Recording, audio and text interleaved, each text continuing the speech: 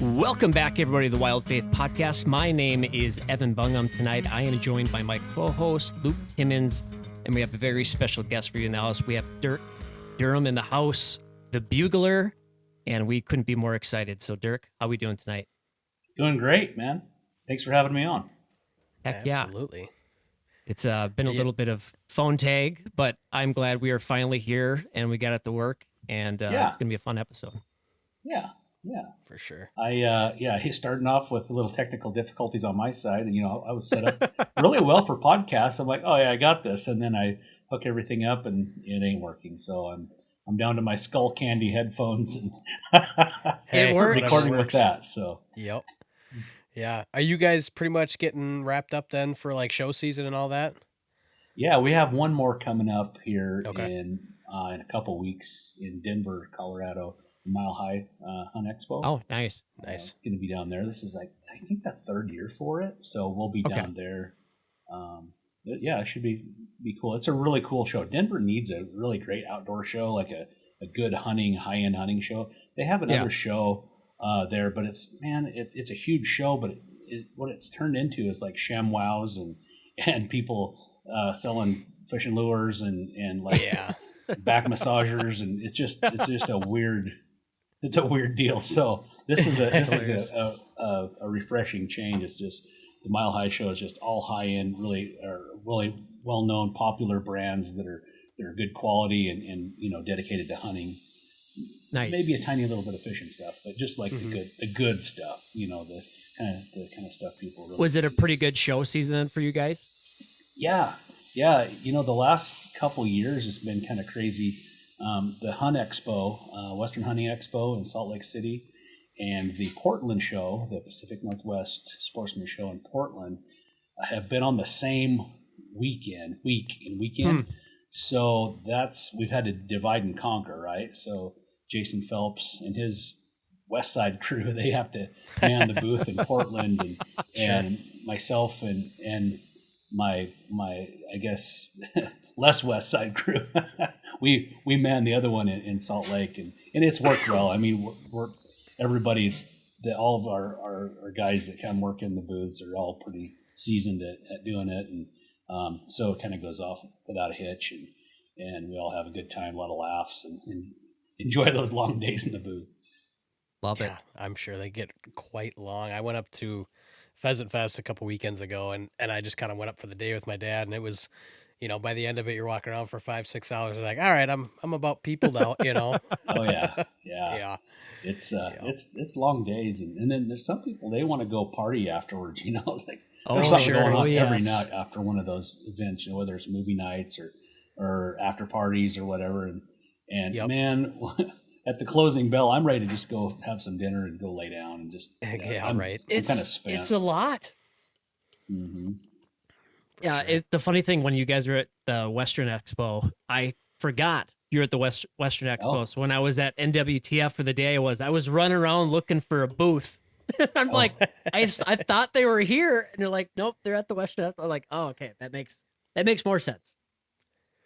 2 years, well, last year we were supposed to have a booth at NWTF, and then we had to pull out at the last minute.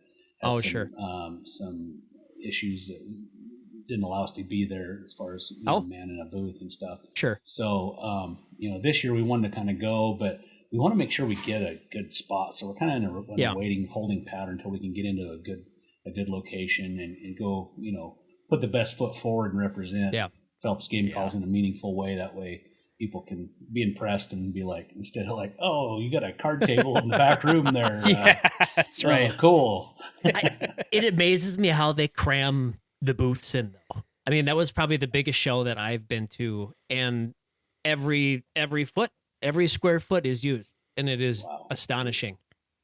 I heard it's wild. It's the Wild West in there too. Just busy. It is busy, just crazy. It is. There's bees, people moving around. It is busy. But the reason we brought you on here, you are the expert game caller. You're known as the Bugler, is your nickname. You're a world-renowned elk caller. We just want to know a little bit. Tell us, how did you get into the industry that you're in today, and where do you get to where you're at today? I never really purposely tried to get into the industry, I guess. It's kind of funny, some guys are just like really driven. They're like, okay, I'm going to check all the boxes and work hard to try to get into this industry. But I just never really tried that hard. It wasn't like a goal, I guess I would say. But I just kind of got into it by default. As far as like competitive calling goes, and a buddy of mine, you guys probably heard of, Corey Jacobson. Him and I, we went to high school in the same town. And his family had always kind of gone to the calling contests. And he's like, man, and we actually went hunting. We're in high school. We're high school boys. We went hunting one night in September and went elk hunting. We didn't kill anything, of course. But he's like, man, you need to come to the elk calling contest. You sound really good. I'm like, I don't know about that. I don't really care about any kind of contest. He's like, they have prizes, though. They have these cool prizes. You can win money, and they got, you can win a rifle. I'm like, wow, really? They give away a rifle for bugling? Okay, maybe I'll go. So, so I started going just for the prizes more than anything. And man, like the learning curve was definitely big the first time I went. I had my old tube that I went called Elkin with. And it sounded fine, it was good, but it wasn't at the level of competing. Everybody else had like the old cut-off wiffle ball bats and things like that. Yeah. It's like, oh man, I'm just kind of outgunned with what I brought. So, learning, watching what everybody else did is like, okay, now I know what I need to work on as far as what kind of calls to make, what kind of equipment to use and stuff. So, from then on out, I just worked hard to make my calling better, and then I won a few and lost a few, and I don't even compete anymore. But I guess that would probably be like the first step towards the outdoor industry that I took. That Sure. Unknowingly, I guess I was Yeah. I'm just a dumb kid, I was 19, 20 years old. Like, oh yeah, I'll go do that, and then it just kind of evolved into opportunities later on. So. Later on, Corey and I started a elk hunting magazine. So he had the website elk101.com. Okay. And I'm like, man, I was a big magazine aficionado. I'm like, there needs to be an dedicated elk hunting magazine, which there was one for like a year or two, and it just kind of disappeared. I'm like, man, that was a good magazine, but we need to have one. So we did all of our due diligence and kind of figured out like, would this be a viable idea, a viable business? We're like, yeah, we think we can. So we launched Extreme Elk Magazine in 2011, I think. And then it's funny, right when we launched, we got a message or a call from Chris Denham at Western Hunter Magazine. Yep. And he was launching Elk Hunter Magazine at the same exact time. Geez. It's like, oh, dang it. I mean, of all the luck and like timing, right? Great minds think alike. Yeah. So we're like, that's okay. You guys do you, we'll do us. And, we can all shake hands and be friends. So we went forward with it. And we did it until, I think, 2014, 15 or so. And you could kind of see the writing on the wall as far as where print was. Like magazines and print was dying. Mm-hmm. But everything was digital, right? Everything was digital. We went from like forums used to be the cool way to communicate to where Facebook just crushed forums, and people started being on social media more, on YouTube more. Everything was going digital. So it's like, yeah, I mean, a magazine's cool. It's tangible. You can read it on the toilet, or you can read it in your backcountry tent. But but you could kind of see, writing on the wall. So we ended up selling the business to Chris Denham at Elk Hunter Magazine. So he basically took our subscriber list and fulfillment and proceeded with that and took care of any obligations we had with our customers there, and then started sending him Elk Hunter Magazine, and then kind of went from there. So we've still in good standing and good friends with Chris over the years. Nice. Now that I'm at Phelps, it's been really good. But and then I'd say if you fast forward, we did a lot even during that Elk 101 Extreme Elk time. We started doing a lot of YouTube videos. Corey and I started doing those for Elk 101, and then I got an opportunity to hunt with these guys called Born and Raised Outdoors. Yeah. You guys are probably Some familiar. good dudes. Mm-hmm. And they started this film thing called Land of the Free, right? It was 50 Yeah. days of elk hunting nonstop. So then they recorded the whole thing. So they had 50 episodes. So that first year they did that, then they'd already an established brand. They'd been making DVDs and videos for quite a while, but they hadn't really tapped into YouTube. They always thought it was for crazy cat videos. So, yeah, but so they're like, we want to do this on YouTube. So we were able to participate in that first year of that, which Nice. was really fun. I think the stars lined up. The hunts went well. Bulls that wanted to bugle and get called in and get shot. I mean, it was awesome. So their opportunity, I think, took things kind of the next level. As far as getting my name out there some more, and then all the while during this period, Jason Phelps and I got to know each other. He killed a really big bull in Western Washington, a giant bull. It's technically it's not really a Roosevelt, but it's a Roosevelt bull. It scored like 360 or something. Dang. We got that story for Extreme Elk Magazine, and I'm like, hey man, I reached out to him like, hey, can we get your story? And absolutely. So he sent us the story, and then we got to kind of know each other at the calling contests, and then he started building elk calls, and he's like, man, I'd really like to do something with you. Let's collaborate. Let's do some calls. And at the time, I just, timing wasn't right. And eventually I'm like, on one hand, I got a guy that's jumping up and down like, hey, let's do cool stuff together. And the other brands I'd been kind of representing, there was nothing there for me. There was no opportunities. So I'm like, well, heck, I'm just going to go with the guy that's Team Dirk. So I'm like, all right. So we started working together on building the Maverick elk call. And this elk call was going to be a signature series call for me.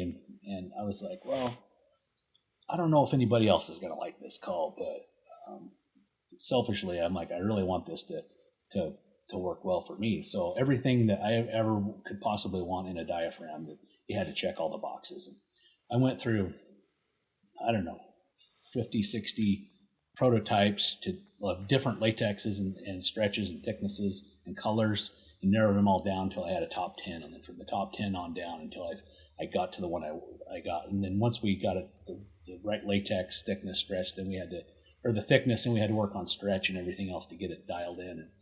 And once it was dialed in, then I'm like, all right, it's time for torture tests. So I kind of did all this on Instagram. I'm like, all right, I'm going to see how many bugles this will take till it fails. And I had like one of those little clickers you have for a pitch count, right? Yeah. So I don't remember exactly. I think it was like 668 bugles till it kind of started losing its good sound and workability. Well, it started being not quite as articulate, and after about 660 bugles, pretty decent bugles there, I was like, okay. And I did this over a matter of a couple of weeks, like I get off work, go home, bugle a whole bunch and click, click, click.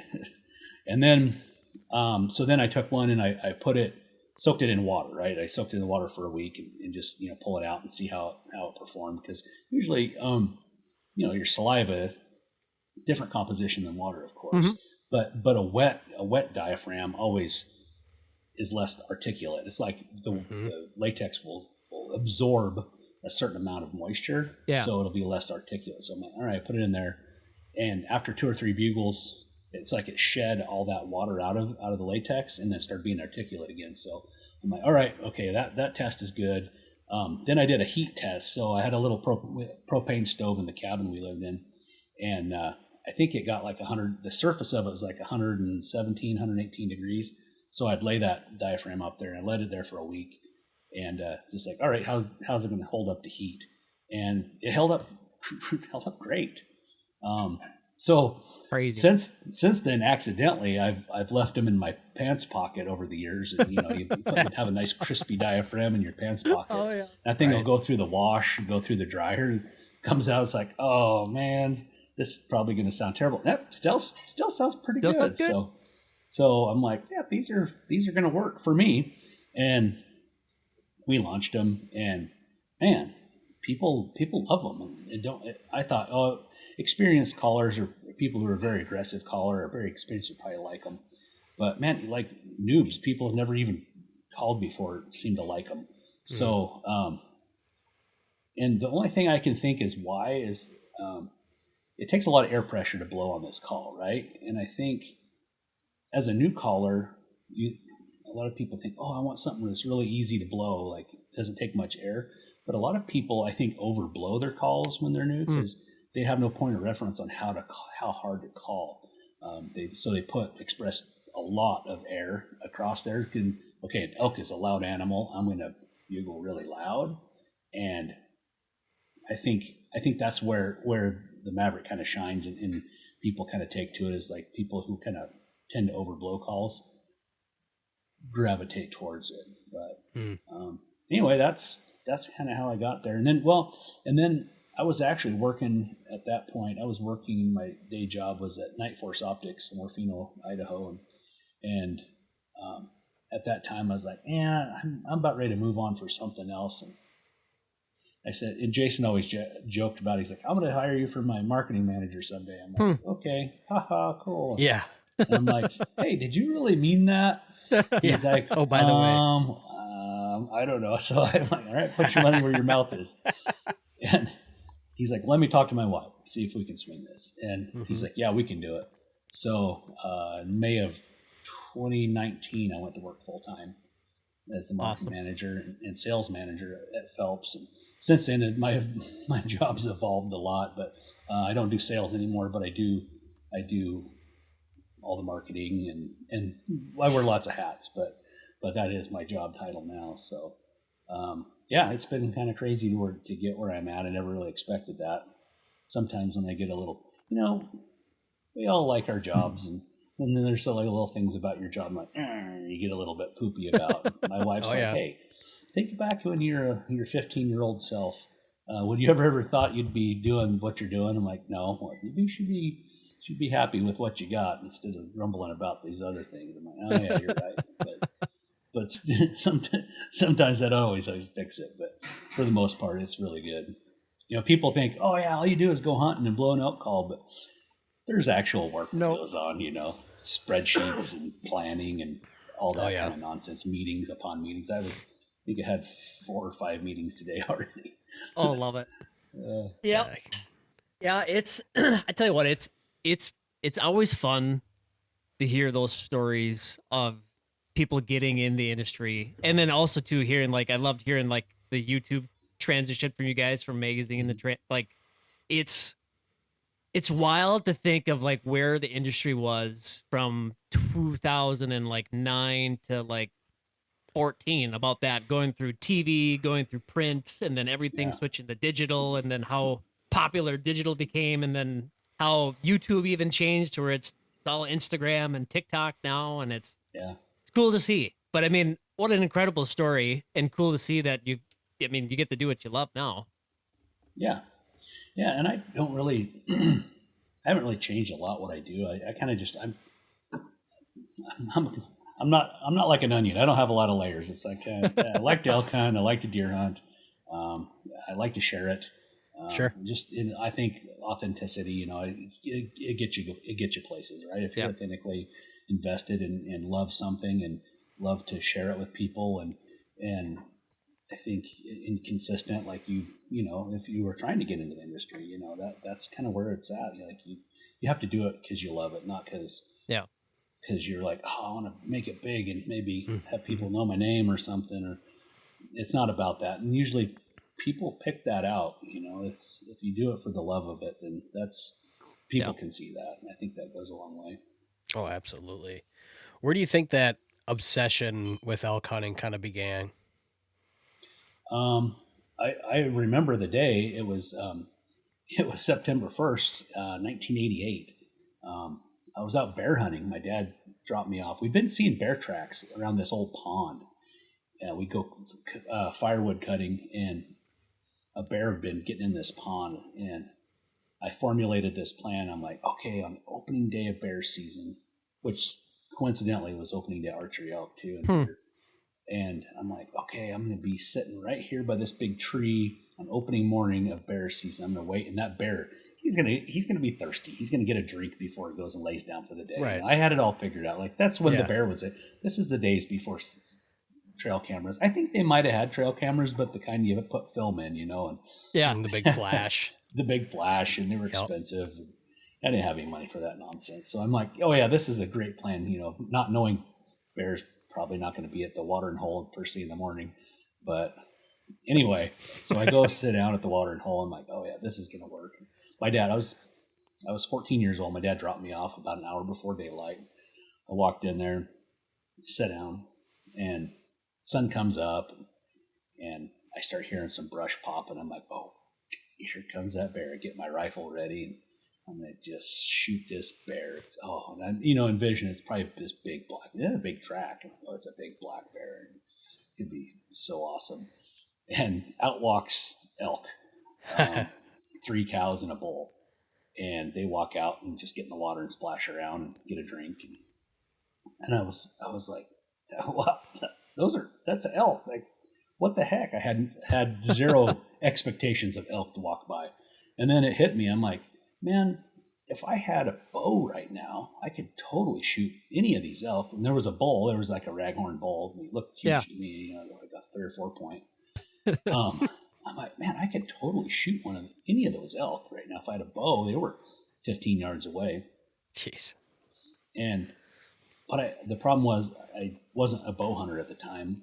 I'd been around archery for years, but I never had a good bow. As a kid, I had like little crappy yard sale bows, but I did have a pretty decent bow. It's a Bear Kodiak Magnum at home, and it was a pretty nice bow. Oh, yeah? I mean, it's a beautiful bow. But now I've been doing some research these days because I've told this story. I'm like, I'm going to look that bow up. It's not a powerhouse. It's pretty slow. Was it like Stacks up 55-pound quick. draw? It was let's see. It was a 50-pounder, I think. 50-pounder. Okay. 50. Yeah, but it would stack up pretty quickly, so it wasn't a pleasure to shoot, right?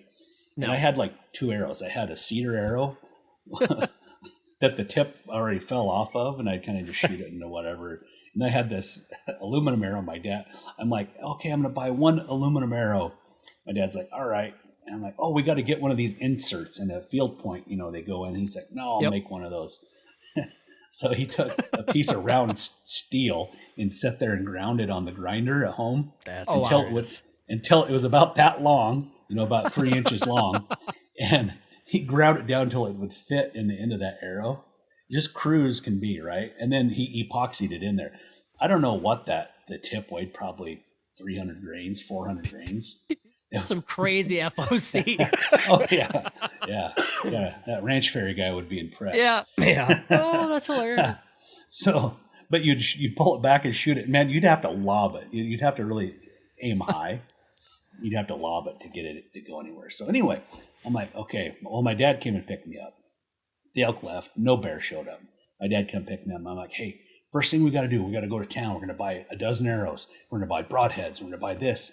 We're going to do that. And he's like, well, you don't have any money. I'm like, well, I'll just borrow some. No, we're not doing that. He's like, you can't kill elk with a bow. He's like, them dang bow hunters, all they do is wound animals. And man, I was crushed and mad, and like, I was just like, no, I want to get this. I'll go kill one of those elk. No, you won't. So I was so mad. So I'm like, all right, well, next year I'm going to save up my money and I'm going to buy my own bow, my own money. He's like, all right. So the next summer I worked hard putting up hay bales for local farmers and stuff, and made enough money to buy the whole 9 yards, a new bow, arrows, all the equipment, all the broadheads, camouflage, everything. And I think I spent all that. I think I spent like $450. That's crazy. And he's like, wow. And I was shooting it every day. As soon as I got it, I shoot it every day. He's like, wow, you're really serious about this thing. He's like, tell you what, if you kill a bull elk with that, I'll give you your $450 back. I'm like, okay. Motivation. Deal. Yeah, deal. I'm like, all right. I'm like, this is going to be easy. In my mind, I'm like, this will be easy. I'm going to kill an elk for sure. And he's like, I'm never paying this out. He's never going to get one. And on I didn't have a driver's license yet. I was 15. And so my mom drove me out hunting that morning, and she dropped me off, but she waited. She's like, I think I'll just stay here and listen, because there were some elk that we spotted.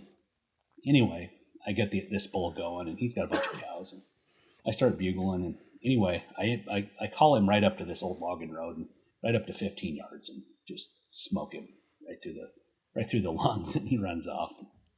I go back. I'm like, Mom, I got him. She's like, yeah, I heard the whole thing. I couldn't tell which was you or the elk. And it's like, I'm like, yeah, that's good. I'm that good. I'm thinking. Yeah. Chest buff out. Yeah, she just probably said that to make me feel good. But anyway, so she went. I said, you go home and get Dad, and I'll start looking for this elk. So I start blood trailing it. And by the time he got there, I hadn't found it yet, but within a short time after he got there, we found it, deader than a mackerel. Man, he was.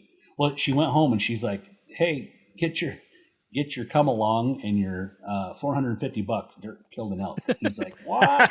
No, he didn't."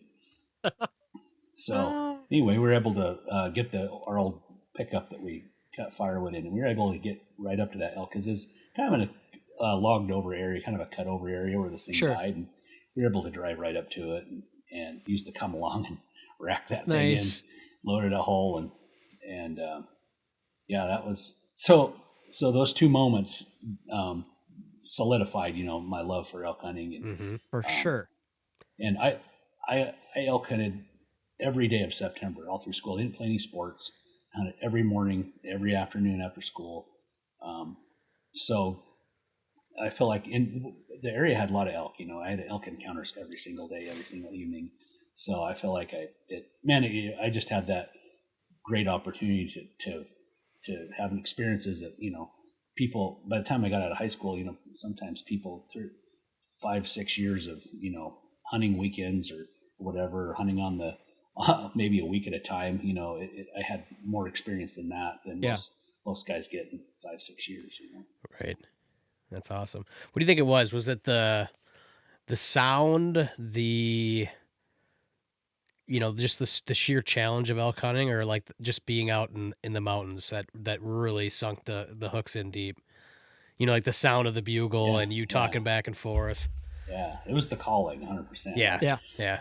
Until then, deer hunting was my first love, right? And I just loved getting out there and trying to outwit an old whitetail. I didn't live in mule deer country. I lived in whitetail country. Well, there was some mule deer close by, but it was predominantly whitetail. I'd killed a couple of mules. Where were you at? This is north central Idaho. Okay. Yeah, Gotcha. in the Clearwater region, they call it. But man, whenever those bulls, you would bugle and they would respond, and they'd come in, and to me that it was amazing. It was like magic, right?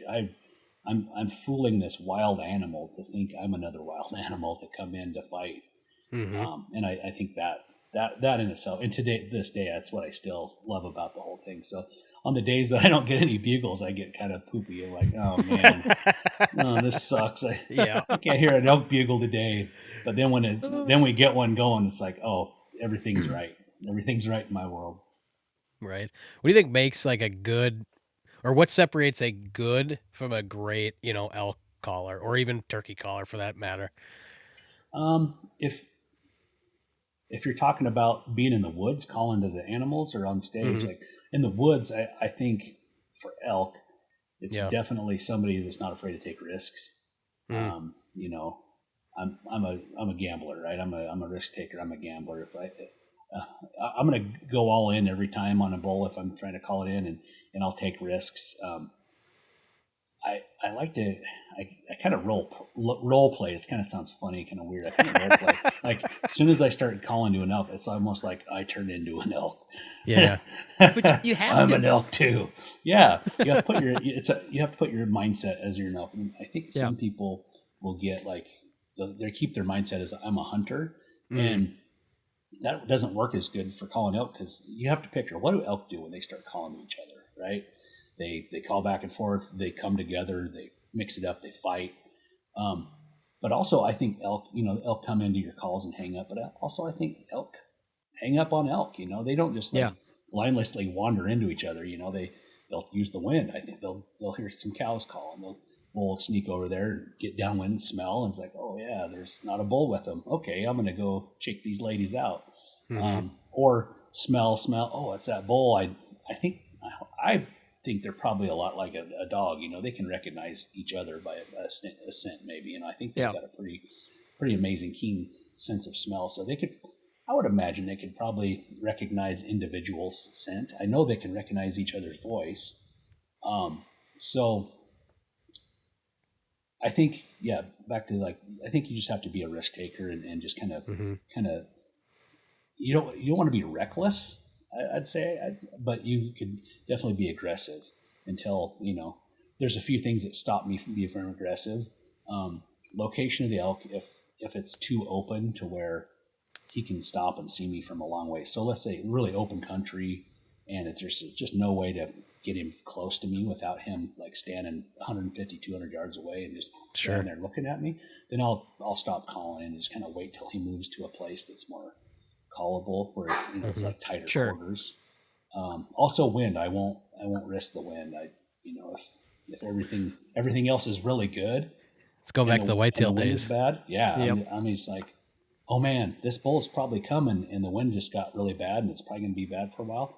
I'll turn around and run the opposite way and just shut up and I got to get the heck out of here, because I don't want him to smell me, even if that means running around and climbing up the ridge and circling around below and back to the other side to try to get the wind right. Yeah, sure. I'm willing to do that. Or sometimes I've had to put it on pause. It's just like, okay, well, the winds are going to be screwed up the rest of the day till this evening, so we'll get out of his wind zone, get a ways away, maybe within hearing shot distance, but safe to where he's not going to smell us, and just hang out. That's probably one of the longest days ever, because that's a big gamble right there. You can sit there all day, and come evening time, he may get up and just completely leave the country to go to their feeding area, or he may want to fight, or he may not. You just may never hear that bull again. You never know. Are you keeping tabs on him, like during when you're waiting him out? Like, are you throwing out a call every hour or so? If the wind ain't good, and it would be easy for him to come over to find me, I wouldn't. I go sit quiet. I just go dark on him. But the trouble, I've had this happen before, where you call into them, and all of a sudden they just kind of quit and they go lay down. I've sat there and during rifle season, because it's not always it's not like September calling where things get pretty aggressive. They'll bugle a little bit, but they won't get too wound up, and they wouldn't come to the calls. And you're a few hundred yards away, but you've been calling all more into them, then they just shut up and lay down. We've sat down for a couple hours of time and looked up, and there's that bull standing there looking at you. It's like, once things get settled in his world, it's like, I'm gonna go check that guy out. I've had that happen a lot. So you got to be really careful about letting them smell you. Yeah. So funny that we're talking to the bugler himself, because Evan and I have never been on an elk hunt. Okay. We're straight Midwestern guys, whitetails, some muleys, and then a ton of turkeys. So I could keep you on here for probably 4 hours just trying to pick your brain on elk calling itself. But I mean, with all that, how do you? What's that line, because as a whitetail caller in the woods, it's like maybe every 45 minutes or so you're throwing out maybe some sort of grunt sequence or a doe call or something. What is that? How often are you calling when you're elk hunting? So if I haven't heard nothing yet, if I'm just trying to locate, have kind of a little routine. So I'll walk up to the spot where I'm going to call from, and I'll cow call very quietly, very, very super quietly, just in case there's any elk really close to me. You don't want to just walk up and start blasting calls, because it might, startle them. And they're like, what the heck? And that can make them jump and run off. They're like, what the heck? We didn't expect that. And that's not they see exactly where you are, and they pin you down. They're like, oh yeah, that's a guy. Yeah. So I like to ease into it with just the very lightest little calf and cow calls, and let that sit for 2 or 3 minutes. And if I don't hear any brush moving or popping or any thumping around or any vocalizations, then I'll open up a little bit. I'll give a few more cow calls, but louder, and I'll kind of wait and listen. If I don't hear a bugle, I'll give a locate bugle. That's just kind of a non-aggressive, kind of a high note, long, Sure. drawn out high note. I don't know. People call each bugle different. It's a locating. I'm trying to locate a bull with this, and it's just a pretty non-aggressive call. And if I don't hear anything after that, I'll wait. Another 2 or 3 minutes in between each calling, between each call. So then, if I don't hear nothing, I'll cow call a couple more times. I'll wait, and then I'll bugle again. And this time, it'll have a little more aggression to it, and then 2 or 3 chuckles or grunts on the end of it, and then I'll wait. Again, Nice. 2 or 3 minutes, and I'll wait again, and then cow call, and then the final third bugle will be a super aggressive, big, nasty. They call it a lip ball. That's where you buzz your lips on the tube to make kind of that real gravelly sound, and just a big, nasty screaming with just the biggest, nastiest grunts at the end, and super aggressive. And I'll sit there and wait, a little bit. So if I think I'm just not in the right spot, I'm like, okay, I'm pretty sure nothing's going to stand. I'll wait 5 minutes and move on to the next spot. If I know there's elk, like, here, listen to me, I might just sit tight and be quiet for 15, 20 minutes before I move. It just kind of depends on the feeling I've got. If there's tons of fresh sign, like elk poop that's warm, and there's fresh tracks, for sure. It's like they're hearing me. They're here close. We just may have to give this some time to work. But if there's no tracks around and I'm just trying to get my calls to like penetrate down into a big canyon or up into a big draw or something, then I'll probably quickly move on if I don't hear anything. But I'll do that it's almost like fishing, right? I always kind of link it to fishing into a stream, trout fishing. So you got your lure, you got these big rocks out in the stream where trout will naturally sit behind a rock in that current. And because behind that rock, it kind of pools up and kind of an eddy there, and they can just kind of hang out there and get food, right? Well, you don't walk up to a trout stream and just throw your line out once or twice and then walk on. No, you hit all those likely spots. So same with the mountainside, when you're navigating terrain. So as you walk through the mountain, you may walk 100 yards and there's like, oh, wow, there's a huge draw here or a ridge that now I can hear into a completely different area. Or an elk couldn't have heard me before. Sometimes if it's a pretty narrow ridge, this only 200 or 300 yards across the top of it, I may zigzag from one side to there, call into each side of the canyon and work my way. But I'm just checking every little spot. You're calling into all the little likely spots, just like you would cast your lure into a trout stream, right into all the little likely spots where you're going to find a trout. So if it's a big area where there's not a lot of topography and it's like, man, my bugles are carrying a long ways, I might bugle and then walk 400 or 500 yards and then call again. But if it's very broken and lots of little finger ridges and little nooks and crannies, I might bugle every couple hundred yards. Just I crawl. like that. I'm drawing and I'm coming into it as green as possible because I've never been on an elk hunt, but I'm drawing a ton of, just based off what you're saying, a lot of parallels to turkey hunting. It's a lot of, in my opinion, right? A lot of the same kind of thing. What you're saying is, kind of that doing a couple soft, clucks or some yelps and then kind of going on from there. So, I mean, do you find yourself like a better turkey hunter because of your elk hunting experience? I think so. Yeah. I think so. I will say you can get away with a lot more with an elk than you can like visually than you can with a turkey. Oh, I'm sure. Dang turkeys, they got that periscope head that always gets you. It's always moving. At least an elk is huge. You can see a big tan body or a nose or an eye or an antler. Yep. You can usually see I can pick them out usually pretty good without getting busted as I'm moving towards them. But man, turkeys. I've learned to be a lot more patient with turkeys than I am elk. Yeah. Elk you can be a little less patient with, but with turkeys, I've learned to be more patient for sure. Sure. Have you traveled around and done a decent amount of turkey hunting, or have you just strictly hunted in the mountains for turkey? We go out to Kansas every year.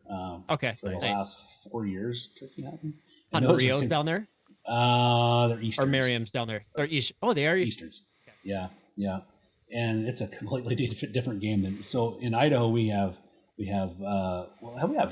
quite a few different ones, but I think at this point they're probably mostly hybrids. But Yeah. they predominantly look like a Merriam. Got a lot of white on the Yeah. feathers. But certain areas here, they have some Easterns and some Rios as well. Like where I kind of grew up, that they had all three. But Oh, really? At this point, they transplanted them in the early '80s or whatever. And at this point, I think they're so hybridized that you get kind of a combination of everything. That one's a hybrid behind me. When I shot that one, I got so excited. I was like, "Oh, I shot my first Merriam!" And I get up to it, I'm like, and one of my buddies shot a Merriam, a legit Black Hills Merriam the year before, and that was white as snow. And this one was, I mean, it counts in my head as a Merriam, but it's probably a hybrid. It still counts. It still counts. And I don't know, I don't know if it's just, the genetic traits of a Merriam are pretty strong on some of these Idaho birds. Yeah. A lot of them are pretty white, but man, you don't get the perfect snow white ones too often. You get some fairly white ones, but but then you'll get, some really copper looking ones. Most of the Idaho people, turkey hunters, are just like, oh yeah, it's a turkey. A turkey's a turkey, right? But Yep. You get the guys from the Midwest that know turkeys well. They'll come out and they're like, oh yeah, this is an Eastern, or this is a Rio, or this is a hybrid, or this is the Merriams. Yeah, the funny thing about, Luke and I have had our fair share of experience chasing them in the Black Hills, which is a lot of fun, but from chasing them from southeastern Minnesota to southeastern Wisconsin or southwestern Wisconsin, I'm not saying it's easy, but it's pretty easy. It's probably like going down to Kansas where there's just turkeys everywhere. You call them in, you shoot them. It's a fun day, but there's something different to it chasing them in the mountains though, when those are like remote birds and they're not farm raised birds, is that something is that still, like, when spring rolls around, is that something that you're actively doing every spring, or is it just primarily you're just focusing on elk hunting and deer hunting in the fall? Oh, the last 4 or 5 years, I've done a ton of turkey hunting here in Idaho and in Washington and Kansas. And man, I'll tell you what, those Kansas birds are the toughest ones we hunt. Really? The property we hunt on, a buddy of ours, he owns a lot of property and has access to a lot of property on his farm there. And those birds, they don't like to come to calls real well, man. You end up hunting them like whitetails more than anything.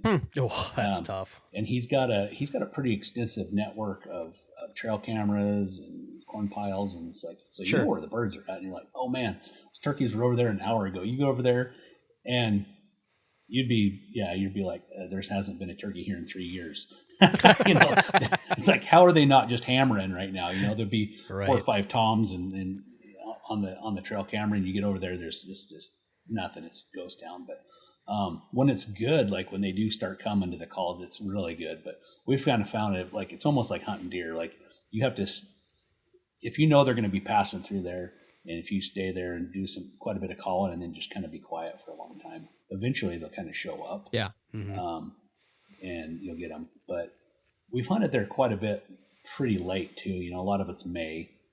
It's not, we haven't hit the opener there. On the opener, we've done a lot better at just getting to come right in. But by the time May hits, it's pretty slow. Okay. It's a lot tougher. Yeah. Well, if you ever make it to southeastern Minnesota or southwestern Wisconsin, we got spots for you. All we got is Easterns, but there's a lot of turkeys. A lot of turkeys. Yeah. The mountain turkeys, it's funny. So our buddy Randy that owns this property and his buddies that we've made friends with going out there, then they came out to the west here a couple years ago, and the first day I think they hiked like 14, 15 miles, maybe it was 17. Anyway, they hiked a ton after these mountain turkeys, and they're like, man, you guys come to Kansas, we get in the electric buggy, that doesn't make any noise, and we drop you off real close to the turkeys, and you hike about 500 yards at the maximum in the morning. Yeah. And we come to Idaho, and you made us walk all over. They had a pretty good laugh about that. They're like, man, we're sore everywhere. It's not super flat country. Right. But it makes it fun. What what would you say, just as long as you're staying on the turkey thread here, because I feel like elk hunting is such a beautiful sport that you get the opportunity to learn so many aspects of hunting and woodsmanship in terms of understanding thermals, understanding how topography lays out. There's just so many facets that go into elk hunting and a little bit of luck too. But like, how would you relate that into turkey terms and like listening to birds and just reading birds and how you can kind of correlate those two together? Yeah, I think there's a lot of crossover there. In fact, I think like the navigation and like setting up and understanding like where elk travel, turkeys kind of like to take a lot of those same kind of lines too. Yeah. A lot of animals, they take, when they go through saddles or they traverse the hillside, they all kind of traverse that same area, if not a trail. So knowing, the way animals move, as far as ungulates and elk has helped a lot with turkeys too. It's like, okay, we can kind of hear them and they're going this way. Look over there. Oh, there's a saddle. I bet they're going to go over to that saddle so we can walk around and try to head them off, kind of get in their path or whatever. As far as that goes. But I feel like I call a lot more for elk than I do for turkeys too. It's like I'll call for a fair amount for turkeys, but then we kind of shut up for a long time too. And it seems like after we kind of shut up for a while, it just seems to work a lot better. Kind of the less is more. But there's sometimes too, it's like, man, if I shut up too soon, then they just kind of lose interest and don't come. So I think there's a fine line, and I'm still learning. I'm still trying to figure it out. Like there's a lot of guys that are way better than me. I'm kind of a novice turkey hunter, but I can still usually get one. But I tell you what, it's the funniest thing, because I've said it since I was a kid. I was like, if I ever make it to the mountains, because I love turkey hunting. That is like my true passion outside of whitetail hunting with a bow, is like turkey hunting. And if I ever made it to the mountains and I elk hunted before I was 18, or even, before I got married and had kids and all that fun stuff, I was like, I don't think I'd ever come home.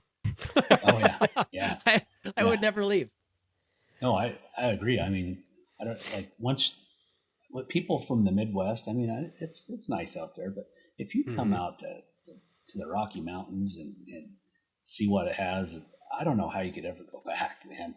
We don't have chiggers, and we do have ticks. We have a few mosquitoes. Yeah, I'm sure there's ticks. Man, but we don't have humidity. We have cold winters, but it would be hard pressed to not stay out here. Another thing, I like elk and turkey crossover. Like if elk are on the move, and if you kind of hesitate and don't go after them, they'll just completely outdistance you and leave you behind. Oh, Same with turkeys. Like if turkeys are on the move, fast. like they are so fast. They're fast as elk, if not faster sometimes, and they will just run off and leave you. You're like, man, you could chase them for a couple, 3 miles. Like Miriam's they will go. They'll insane. chase them 2 or 3 miles before you ever get them, to slow down and start acting right. So, you got to stay on them, just like elk. Mm-hmm. We got humbled very quick in South Dakota. We had one that, what did we name that bird on the mountain? King of the Hill bird. It basically what it ended up being. It was like, we'd call this bird, he'd be down the bottom. We're only at like, sea level to the top of this hill is maybe 60, 200 feet. So it's not even that big of a hill, but it's like, we'd call him, he'd be down the bottom, and we verified that, there's only one tom in the area. And then all of a sudden he'd be up 3/4 of the ridge. We'd go up the ridge, he'd be back down the bottom. Then we go back down, then we go back up, then he'd be up on top of the hill. It was just like, what is happening? Ran circles around that thing. Oh, yeah. You almost think they're messing with you. It's like, is this thing just messing 100%. With me? Yep. Yeah. Yep. Yeah. I mean, I think the one thing that's, really fascinated me, especially with turkey hunting, is that, and I'm sure the same with you for elk and turkey hunting, is that conversation you can have, and like you call and then you have to listen, and then, sometimes they answer right away, and then sometimes it's quiet. And, I feel like, and us being, like the Wild Faith podcast, this is where I'm correlating it to, is like, our faith in a way is like very similar. Is like we pray and we seek God, but then there's times in life where we're just listening in the quiet. Can you kind of talk about that as far as, what is the, what does the mountains do for you at like 10,000 feet and that quietness and just that peace that you get from being out in God's country? Man, it resets me, Mm, Um, I think we all carry a lot of stress on our shoulders from just every day. And then I think we're just being overloaded and overstimulated by electronics and right. television and radio and everything. And it, I don't think that's human, right? Hmm. I don't think it's supposed to be that way. So when you go to the mountains and you get away from all that and it's quiet and you can collect your thoughts, you can think straight, and you can I do my best thinking, in the mountains. I'll that's why I love to go hunting by myself so much. I like going with people. The people enjoy their camaraderie and stuff. But man, I Mm-hmm. love being out there by myself because I feel so small. I feel so in tune with nature. I listen to every little bee buzz or little squirrel or every little animal, Mm-hmm. and I'm just sitting there and just in it. I feel like all those pressures and stuff just kind of melt away. I don't Mm-hmm. think about work anymore. I don't think about obligations. I don't think about nothing but that moment. And then I'll start thinking about maybe it's just something has been bothering me, and try to find a solution that's unobstructed by the modern day distractions. Right. um, and I feel like there's a primal part of me too. Like I've when I was a kid, it's hard to explain. So when in the fall, when the air would get crisp and the days would grow shorter and the color of the light would change and everything, it's like I just felt something stir inside me. I felt like I needed to be hunting. There was no Mm-hmm. doubt in my mind I was going to go hunting. I was raised in a hunting family, so I guess that was probably why those feelings were associated with those triggers in the fall. And to this day, like whenever I don't get as many, like where I live now, I don't get as many of those triggers now because we don't have that same crisp air and the same triggers as I do in like North Idaho. I grew up in North Central Idaho, and I live in the Boise area now, so I live in the city, and I don't Mm-hmm. get those same triggers as I did up there. You don't smell the smells. You don't hear the Mm. change, like grasshoppers. Like Yep. late August, September in Idaho, the grasshoppers are like big, and they're making a lot of racket in the evenings. And you're like, man, it's elk season, it's hunting season. But down here, it's kind of drowned out. And I wonder if everybody says city life makes people weird. Well, I think you're so far away from nature and those Mm-hmm. natural triggers to make you feel human. That's why everybody's getting so Mm. darn weird in the cities. Right. Damn, dude, That's I good. could have said that better myself. I mean, regardless of, I feel like what I'm doing, if it's like going up to the Boundary Waters and doing the camping fishing trip or, just going out, just going down the road to my buddy's place. They got an old cabin and just hanging out there for the weekend for deer camp. I mean, there's just like that, and you hit the nail on the head with that primal nature thing is like, it's just that reset button that every, person needs in their life that they can, and it doesn't have, necessarily have to be hunting and shit, but like, with taking the kids like a couple years out to like Yellowstone. We were just hanging out on the side of the road, and we had a camper van and we were cooking up, breakfast, and we're just watching this, wolf den and watching these wolves go by. And it's like, there's no greater peace, right, than just being out, out in Mm-hmm. God's country and just taking it all in. And, there's no distractions and all that. And it's just like, I feel like this world would just be obviously a lot better off than, if people could just have that. Everyone has that ability, but more people just Yeah. need to seek it out. Yeah, Seek out and that I opportunity. and I think people are, for the most part. Mm-hmm. I think the woods have become pretty busy during hunting season, but Oh yeah. they've gotten really busy in the summer and the spring, like Mm. in the winter too. Like people are there. I think they're seeking that. They're getting out there. Oh yeah. It's in Idaho. You can't you can't really find a place to camp in the summer, especially if it's Sure. near water. If there's any Oh, water good close luck. by a creek, Yeah. like every single camping spot's taken. It's Yep. frustrating, but you can't blame them. They're just out there trying to scratch that same Yeah. itch that I am. So Yeah. Yeah, I hate to say like COVID was a good thing, but in a sense it definitely got more people, I feel like, back out into For nature sure. because they had nothing better to do, like everything's shut Yeah. down, then what are we going to do? Well, let's go outside. well, one amazing thing that happened here last year, You guys probably seen where that guy Mike Lee from Utah put forth some legislation or whatever. Yes. Is trying to sell off public lands. Uh-huh. And man, people came from the hunting side, people came from the hiking side, like hippies. Oh, yeah. Everybody Red, jumped blue, on or that purple. guy. It didn't matter. Yeah. Yep. It didn't matter. We all had that united front, and regardless of politics or whatever, it didn't matter. Everybody's like, we're not going to sell our public lands. And that was awesome.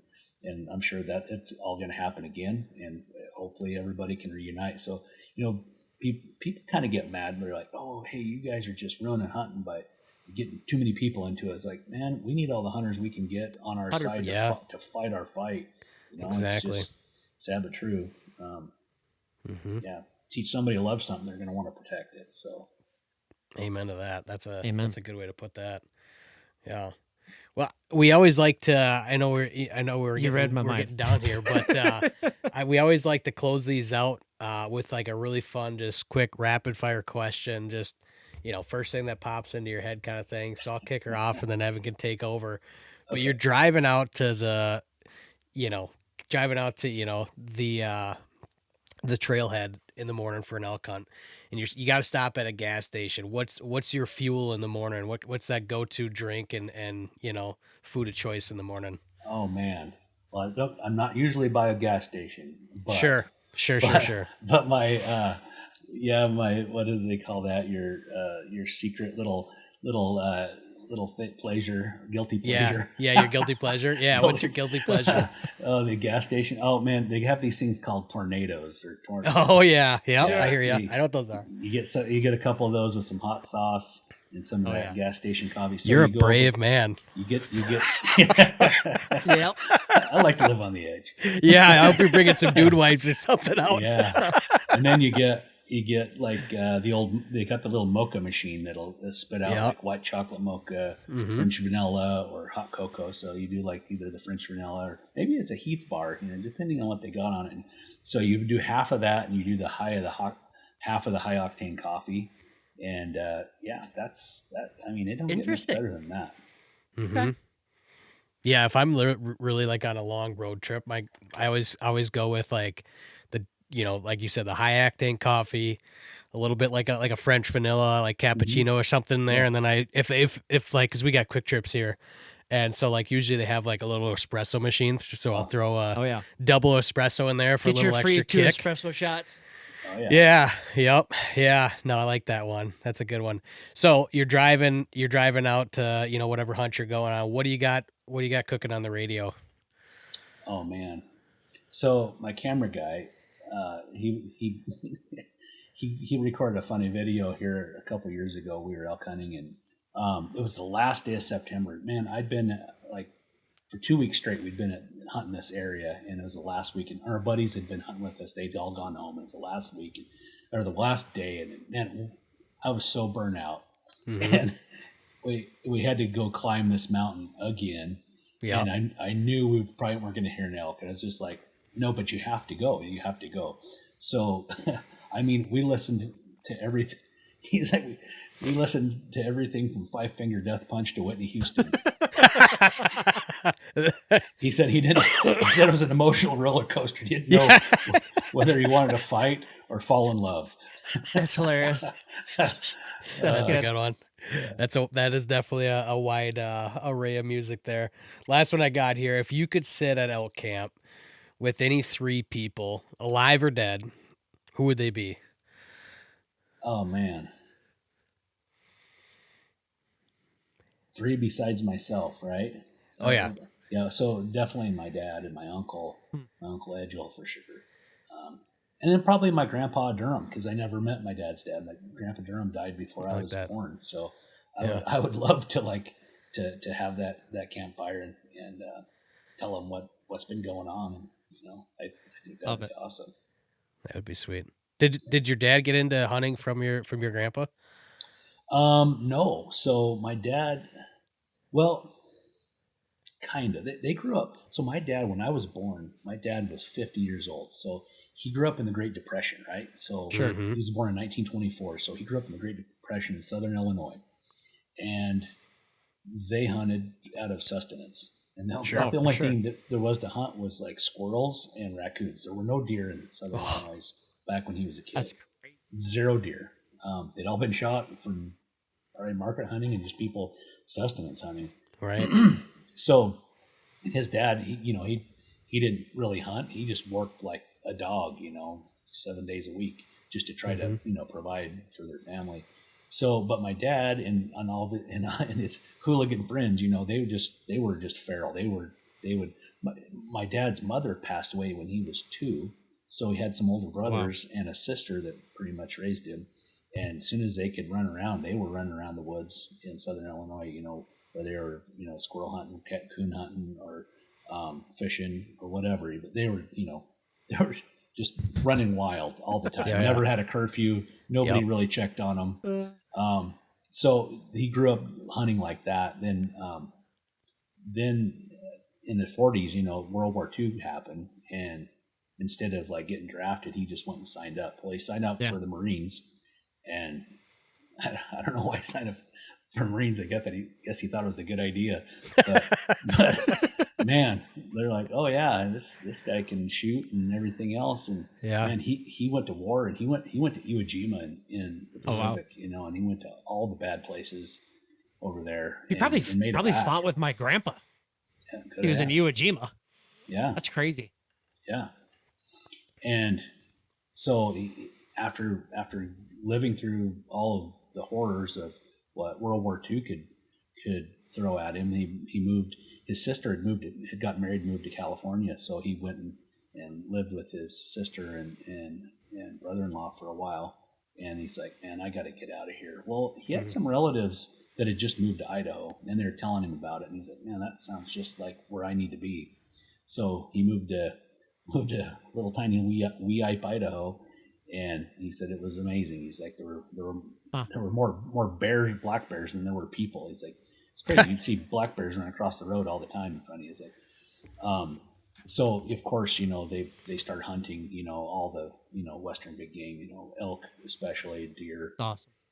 They shot a few bears, not that many, but yeah. And then it just, so in his uncle, or not his uncle, my uncle, both of his brothers moved up there too. And had all the stories of trapping and hunting and fishing and true backwoods lifestyle. Yeah. So I grew up Love listening to that, and that's all I ever wanted to do was hunt. That's awesome. I always find myself like reminiscing is the wrong word, but like fantasticizing like the trapper days. I got a book that I was just reading. It's called the Throne of Grace, and it goes all about through all those like back, I mean, it's way back from what you're talking about, but those days it's like just a true mountain man. It's like been a gritty life, and I don't know if I would have been cut out for it, but like just to like hear those stories of like what I think just to imagine like what the country looked like way back then, even back when you're talking too. I mean, yeah, it's crazy. Yeah, it's such a romantic thought, and then like until you had to strap on a pair of snowshoes. Yeah, winter's coming. Yeah, winter's coming. You walk about 50 yards, you're like, oh, this isn't nearly as fun as the pictures look like. Was it as fun? Yeah, right. Oh yeah. You I always think of like, I think of that, and then I think of like, because they talk about like Hugh Glass, which was the Revenant, and it's like, yeah, maybe not, getting completely mauled by the bear without modern technology would have been a tough one. But yeah. So I've only got one for you, but I'm curious. So, all right, the situation, say we dropped you on the side of a mountain, you're elk hunting. It's a given that you got your pack, you got your boots, you got your bow, you got one call, we'll say, but what's 2 pieces of gear, elk hunting wise now, that you couldn't live without that has to come with you? You can only pick 2 extra pieces of gear. What could you bring with you? So besides what you just described, definitely toilet paper. Yeah. Okay. Especially if you're eating those tornadoes. That's a good one. Yeah, definitely toilet paper. Yeah. And definitely water, like a bunch of water. Yeah. Like back when I first started elk hunting, I didn't know what I was doing. And I mean, I literally had a pocket knife in my pocket and 10 That's shoes. crazy. I didn't have like Love a it. backpack. And then I graduated to a camouflage backpack that looked like a JanSport. You know, there's no reinforcement. Sure. Just like a polar fleece backpack that's floppy as all get out. And you could throw some water in there and it wasn't great. But yeah, but definitely I can't live without water. I'm like a steam engine. I got to put lots of water in if I want to get any output at all. So yeah, water and toilet paper. Water and toilet paper. I've been there before. The with essentials. toilet paper. And you start like cutting off articles of clothing to turn it into toilet paper pretty quick. And sacrifice one too many socks. Necessities. Yeah. That's good. man. Well, Dirk, we just want to say thank you so much for taking time coming on tonight. This is always like the hard part. We say it every time where it's like, I wish we could do like a Joe Rogan 4-hour podcast. I know, because right? you could just go on and on, but we'll definitely have to get you back on Yeah. and do some deeper dives once we get closer to elk season and getting kind of the nitty-gritty about more tactics, Sure. get people prepped up and ready. But thank you for coming on and good luck here these Absolutely. next. I was gonna say, when does turkey season open in Idaho? 15th of April. So Okay. Oh, it's pretty Same. universal. I guess that Yeah. that second weekend of April. I always keep in my head. I'm like, man, some places open in March, and but yeah, April seems to be kind of the sweet spot across or at least our belt. So yeah, I'm always in the doghouse because that's my wife's birthday. we will check in the week after that. Yeah, that's right. Yeah. And sounds like I'm probably going to Kansas on the opener. Okay. Phelps doing Nice. a turkey tag. So it's all, Sweet. for non-residents, like it's a draw there now. So I didn't draw one. I drew last year and he didn't. So Okay. he drew this year and I didn't. So yeah, maybe he'll probably get one. So we're looking forward to that for sure. Awesome. Cool. Well, I'll have guys, it run the thank you. camera. Yeah, I was just gonna You're ask gonna you, be give me the camera guy. I'll be the camera guy. Yeah. Do they nice. do they do surplus tags though, or no? I don't think so. Okay. Okay. I'll have to look into it, but I don't think so. Cool. Well, guys, thanks so much for listening to this week's podcast, and we'll catch you next time. Thank you for joining us on this journey through faith in the great outdoors. We hope today's episode has inspired you to seek God's presence in the wilderness and deepen your connection with nature. If you enjoyed today's discussion, don't forget to like, follow, and subscribe to the Wild Faith Podcast on your favorite platforms, including Spotify, Apple Podcasts, YouTube, Instagram, and Facebook. By subscribing, you'll never miss an episode, and you'll continue to be a part of the Wild Faith Podcast community. We'd also love to hear from our listeners, so please don't hesitate to reach out with your questions, comments, or topic suggestions. You can connect with us on social media or through our website. Your feedback is important to us and helps us improve and tailor our content to better serve you. And always remember, the great outdoors isn't just a playground for hunting and fishing. It's a sanctuary for finding solace and spiritual renewal. As you gear up for that next adventure, I pray you find God's presence in the crackling of a campfire, the thrill of reeling in your catch, or the quiet solitude found in nature. Until next time, thank you for listening to the Wild Faith Podcast. Take care, and God bless. I need a holy